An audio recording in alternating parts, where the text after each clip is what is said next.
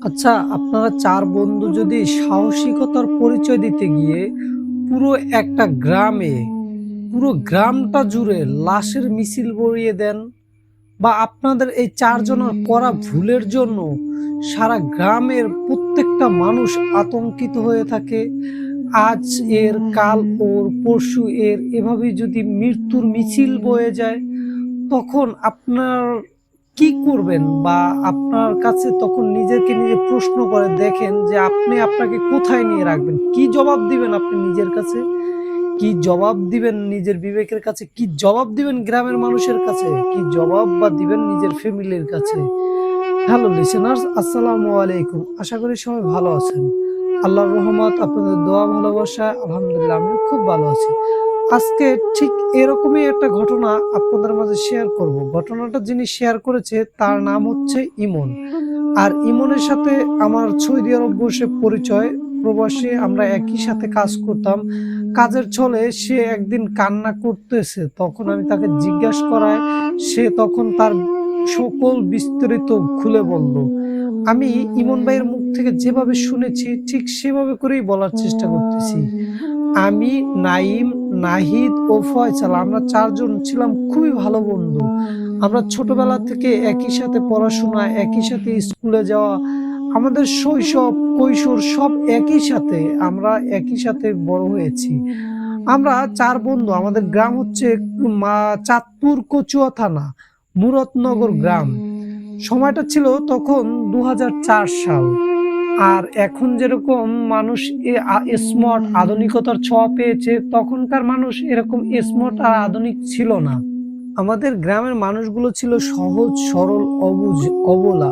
এরা আপনি যাই বলবেন নিঃসন্দেহে চোখ বুজে অন্ধের মতো বিশ্বাস করে নিবে। আমরা ওই গ্রামেই বড় হয়েছি। ওই আমাদের গ্রামের উত্তর দিকে একটা বড় বটগাছ আছে, যেখানে কোনো এক সময় মানুষ ছায়ায় বিশ্রাম নিত। সেই বটগাছে উত্তর দিকে এখন যাওয়া নিষেধ। কারণ ওই উত্তর দিকে এক ভয়ঙ্কর ঘটনা ঘটে গেছে। সেই থেকে কেউ উত্তরের দিকটায় যায় না। ওই উত্তরের দিকে বেশ বহুদিন আগের এক ঘটনা। বহুদিন আগে একটা মেয়ে ওইখানে, মেয়েটাকে হত্যা করা হয়েছে। শুধু হত্যাই করা হয়নি, ওই মেয়েটাকে হত্যা করে ওই গাছের সাথে ঝুলিয়ে রাখা হয়েছে। তার দেহটাকে এমনভাবে ঝুলিয়ে রাখা হয়েছে যে কেউই সেটা দেখতে পায় নাই। তারপরে আস্তে, আস্তে যখন ওখান থেকে বিশ্রী দুর্গন্ধ ছড়াচ্ছে, এটা দেখে মানুষ দুর্গন্ধ পাচ্ছে। যখন দুপুরে বিশ্রাম নিতে ওখানে যাচ্ছে, দুর্গন্ধ পাচ্ছে। এরকম দুর্গন্ধ পাওয়ার পরে তারা ওখানে দুর্গন্ধর উৎস খুঁজতে গিয়ে লাস্টে দেখে যে ওখানে একটা লাশ। কার লাশ বা কিসের লাশ কেউই জানে না। সেই লাশটা দেখার পর থেকে ওই গ্রামের মানুষজন উত্তর দিকটায় যায় না। কারণ সবাই এখন কম বেশি টুকটাক বলে যে উত্তর দিকটায় এখনো ওই গাছের সাথে সেই ঝুলন্ত লাশ দেখা যায়। কেউ, কেউ বলে যে তীব্র গন্ধ এখনো পাওয়া যায়। কেউ বলে তার হাটে যে সে হাঁটাচলা করে সেইটা এখনো দেখা যায়। মানুষ বিভিন্ন রকম কথা বলে, বিভিন্ন মানুষ। আমরা ৪ বন্ধু যখন কিশোর থেকে শৈশবে পা দিয়েছি, তখন আমরা ৪ বন্ধু, আমাদের মাঝে ফয়সাল ছিল একটু ভীতু টাইপের। ও এগুলো সবকিছু বিশ্বাস করত। আর আমি ছিলাম সাদামাটা মনের মানুষ। আমাকে যে যা বলতে তাই বিশ্বাস করতাম। আর নাইট ছিল খুবই ফানি বিষয়। ও যেকোনো বিষয় হেসে উড়িয়ে দেয়। আর নাইম ছিল একটু গম্ভীর, স্থির টাইপের। ওর যদি কোনো কিছু হয় সেটা ভেবে চিন্তে তারপর বলে। আমরা ৪ বন্ধু, ৪ কোয়ালিটি হলে হবে কি আমাদের মনের মিলটা এক ছিল। আমরা একজন আরেকজনের মনের ভাষাটা খুব ভালো করে বুঝতে পারতাম। আর এই বুঝতে পারার জন্যই আমাদের ফ্রেন্ডশিপটা অনেকটাই মজবুত। আমরা ৪ বন্ধু ঐদিন বিকালে যে ভাবলাম ওইটা একটা পুরনো জায়গা, ওইখানে আজকে আমরা যাবো সন্ধ্যার পরে। আমি যখন এই কথা বললাম তখন নাহিদ বলল যে, "ধুরে বেটা কি বলিস? এটি হয় নাকি?" তখন ইমন একটু চিন্তা ভাবনা করলো যে, "না, একটু ভেবে দেখি কি করা যায়।" আর ফয়সাল সে ভীত কণ্ঠে বলল যে দেখো ওইখানে যাওয়া কি ঠিক হবে, আমাদের সন্ধ্যার পরে ওইখানে যাওয়া ঠিক না। আমি তখন বললাম যে না, সমস্যা নাই, চলো আমরা আজকে গিয়ে প্রমাণ করে দিব যে এগুলো হচ্ছে জাস্ট একটা মানুষের ফাঁসি, একটা মিথ্যা গল্প, মানুষকে ভয় দেখানো হয়। মানুষ মানুষকে কেন এরকম শুধু শুধু ভয় দেখায়, বা মানুষ কেন শুধু শুধু ভয় পাবে, তাদের বিষয়টা ক্লিয়ার করা দরকার। এখন আর আগের সেই সময় নেই, একটু হলো আধুনিক হয়েছে। এখনকার মানুষ ভূত পেত এগুলো বিশ্বাস করে নাকি, এগুলো হয় নাকি? এই বলে আমরা ৪ বন্ধু সেখানে গেলাম। সন্ধ্যার ঠিক আগে আগে চলে গেলাম। আগে আগে গিয়ে ওইখানে সেই বটবৃক্ষের নিচে আমরা ৪ বন্ধু প্রায় ১ ঘন্টা ১.৫ ঘন্টা সময় কাটিয়ে দিলাম। তো কাটিয়ে দেওয়ার পরে আমরা ঐরকম কোনো কিছুই দেখতে পাইনি, বা আমাদের সামনে কোনো প্যারানরমাল কিছু হয়ও নাই। আর এর আগে পরে আমি কখনোই প্যারানরমাল কোনো কিছু দেখিও নাই, আর আমি জানিও না। আর আমি এগুলো বিশ্বাসও করি না। আমার মনে অনেক সাহস। আর আমার বন্ধু ফয়সাল ও একটু ভীতু টাইপের হলেও বারবার বলতেছিল যে, "ভাই চল আমরা এখান থেকে চলে যাই।"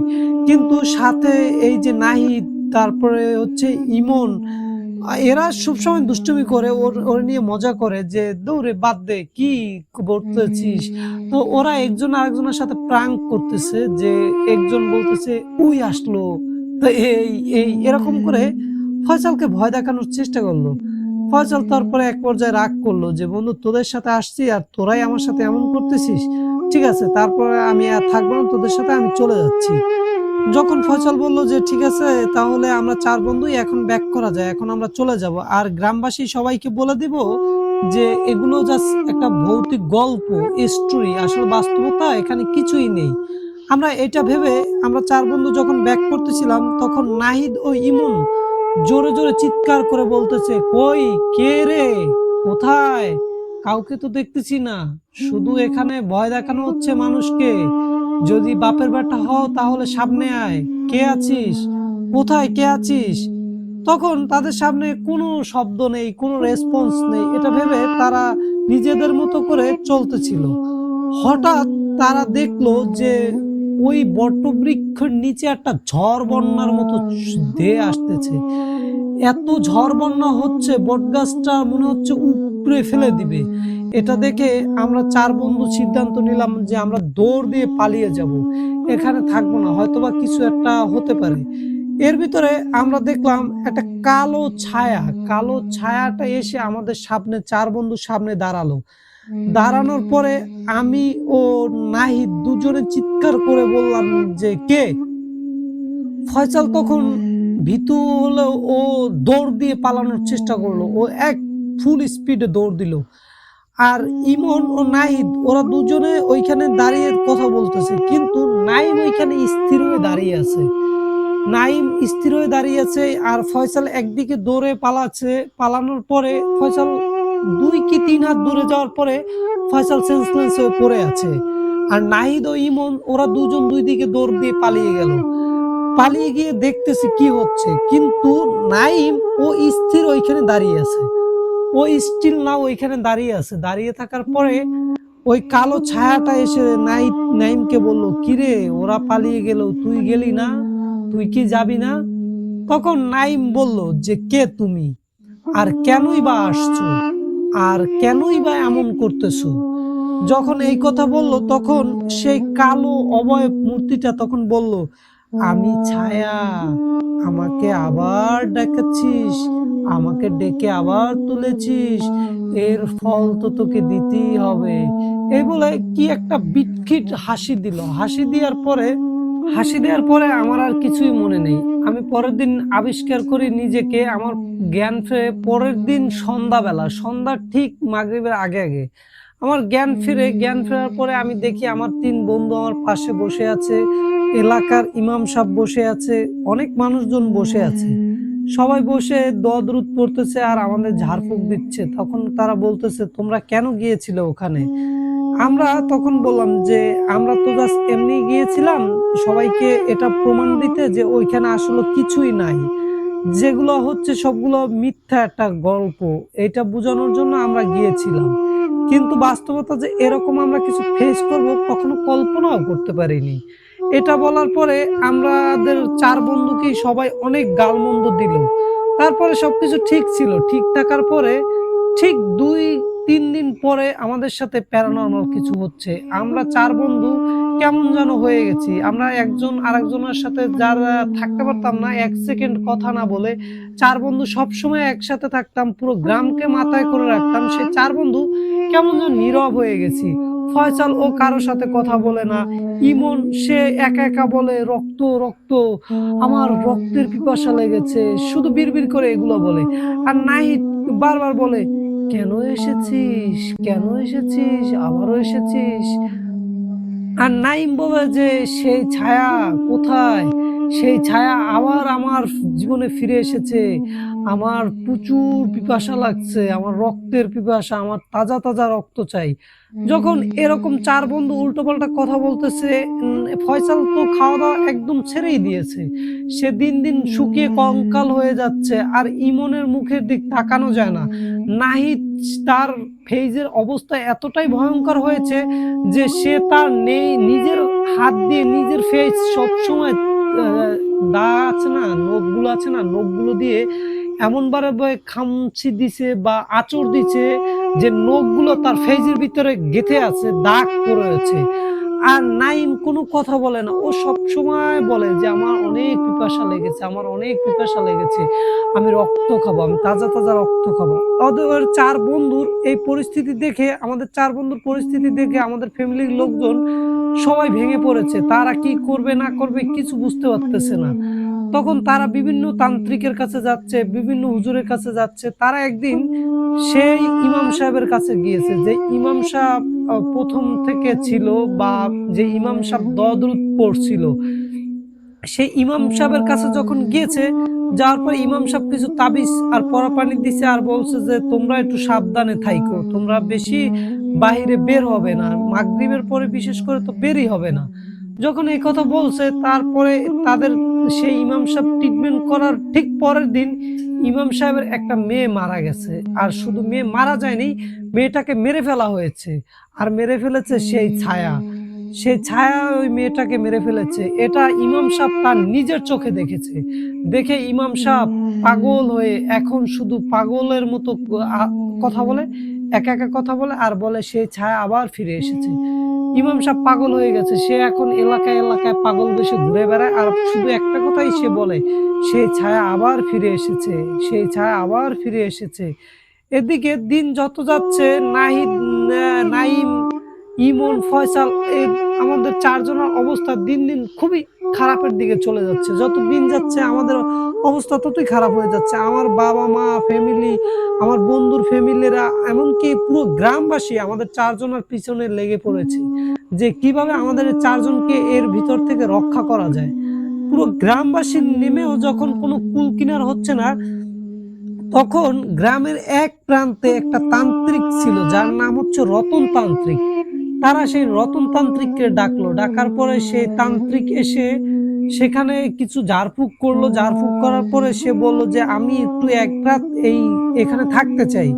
তখন রতন তান্ত্রিককে ১ রাত সেখানে থাকতে দেওয়া হলো। থাকতে দেওয়ার পরের দিন সকালবেলা রতন তান্ত্রিক তাদের যেটা জানায়, সেটা জানার পরে তারা কেউই এটা মেনে নিতে পারেনি বা বুঝতেও পারে নাই যে তাদের এরকম কিছু হবে। তখন তান্ত্রিক বলল, "সায়ান, সায়ান ও ফিরে এসেছে, সায়ান ফিরে এসেছে। সায়ান কাউকে রাখবে না।" তখন পুরো গ্রামবাসী চিন্তার ভাঁজ মাথায় পড়ে গেল। আর গ্রামে প্রতিদিন মৃত্যুলীলা বসেই পড়েছে।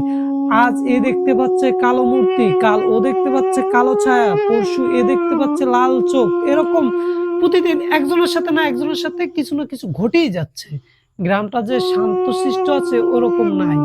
কেউ না কেউ সেই সায়ানের সম্মুখীন হচ্ছেই। কোনো না কোনোভাবে সায়ান তাদের শিকার করেই যাচ্ছে।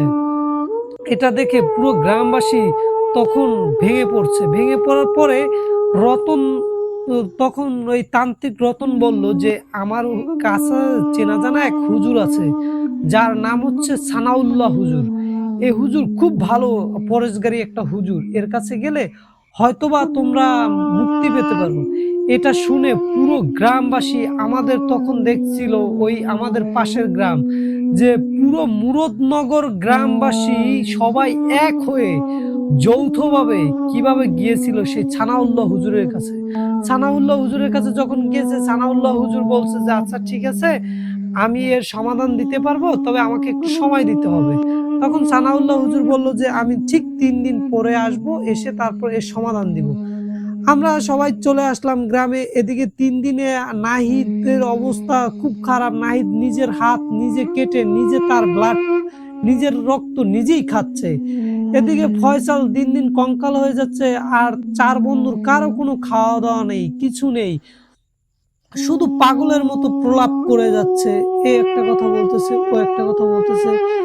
আর ইমন শুধু কানের কাছে ফিসফিস করে বলে, এই আবার এসেছিস, আবার এসেছিস, তোর কি হয়নি, রক্তের পিপাসা মেটেনি? এভাবে ইমন বারবার পাগলের মতো প্রলাপ বকেই যাচ্ছে। এদিকে নাহিদ সে বাসায় গিয়ে দেখে যে তার মা এরকম কিছু একটা খাচ্ছে। কিরকম মনে হচ্ছে, একটা বাচ্চা, অল্প বয়সী বাচ্চা, 8 থেকে 10 বছরের বাচ্চা হবে।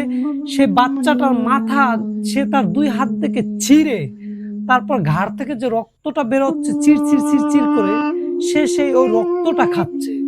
এমন পরিস্থিতি দেখে সে আর নিজেকে কন্ট্রোল করতে পারলো না, সে চিৎকার দিয়ে ওইখানেই সেন্সলেস হয়ে গেল। আর পুরো গ্রামবাসী তখন এসে পড়লো। এরকম তাদের 3টা দিন কাটলো, মনে হচ্ছে যে তারা জীবন্ত মানুষগুলো সব জাহান্নামে আছে, মানে খুবই ভয়ঙ্কর জায়গায় আছে। তারা নিজের জীবন নিজে কখনো কেউ কেউ দিয়ে দিচ্ছে, কেউ কেউ নিজের জীবন নিজে দিয়ে দিচ্ছে, কেউ কেউ উধাও হয়ে যাচ্ছে। মানে দিনের পর দিন একের পর এক মানুষ হারিয়েই যাচ্ছে, কোথাও কেউ না কেউ হারিয়েই যাচ্ছে। তাদের জীবনে 3 দিন কাটলো 3 বছরের সমান করে। 3 দিনে যে পরিমাণে মৃত্যুলীলা নেমে এসেছে সেটা বলার বাহিরে। 3 দিন পরে সেই সানাউল্লাহ হুজুর আমাদের গ্রামে আসলো। গ্রামে আসার পরে সানাউল্লাহ হুজুর তার সহকারী করিম সাহেবকে নিয়ে আসলো। করিম সাহেবকে নিয়ে এসে একটা মাঠের ভিতরে গেল। মাঠের ভিতরে গিয়ে বসলো। বসার পরে রুকাইয়া করার জন্য সে একটা চত্বর কাটলো, গোল 4 চত্বর, যার মাঝখানে রুকাইয়া করবে। সে রুকাইয়া করার জন্য সেখানে বসলো। বসার পরে অনেকক্ষণ রুকাইয়া করলো। রুকাইয়া করার পরে সে একটা কথা বলল যে রহিম সাহেব, আপনি ঠিক সামনে বসেন। এ সাধারণ কেউ না, এ হচ্ছে শায়ান। আর শায়ান হচ্ছে এই জিন জাতির এমনই একটা ভয়ঙ্কর জাত, বা এর সর্দার টাইপের। এই শায়ানগুলোর সাথে পেরে ওঠা সম্ভব না। ওরা কিছু জীবনের বিনিময়ে জীবন চায়, মানে বড় কিছু চায়, নরবলি এরকম টাইপের কিছু চায়, আত্মত্যাগ, বড় আত্মত্যাগ চায়। যখন এই কথা করিম হুজুরকে বলল ছানাউল্লাহ হুজুর, করিম হুজুর বলল যে ঠিক আছে হুজুর, সমস্যা নাই।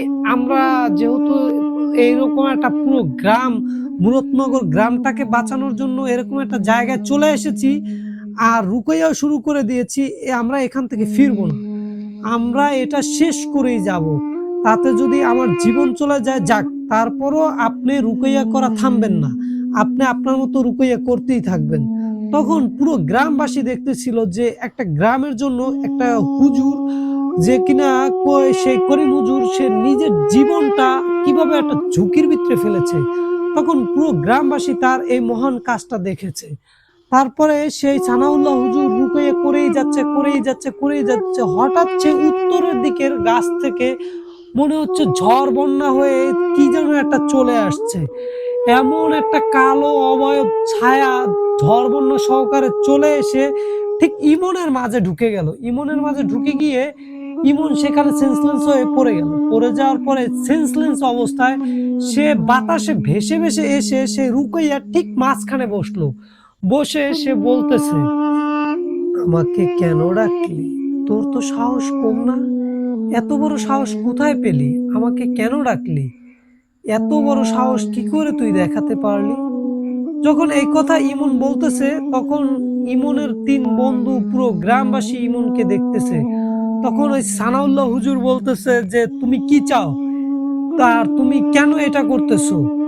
যখন ওই ছানাউল্লাহ হুজুরের সাথে একে দুই তর্ক বিতর্ক অনেক চলতেছে, এর ভিতরে সেই করিম হুজুর কি করলো, করিম হুজুর সূরা নাস থেকে শুরু করে সূরা ফালাক, অনেক সূরা পাঠ করা শুরু করলো। পাঠ করা শুরু করার পরে এইদিকে ইমন সে ছটফট করে লাফাচ্ছে রুকইয়ার মাঝে, আর বলতেছে, ওরে আমায় ছেড়ে দে, আমায় ছেড়ে দে, আমায় ছেড়ে দে, আমাকে ছেড়ে দে, আমাকে আর যন্ত্রণা দিস না, আমাকে আর মারিস না।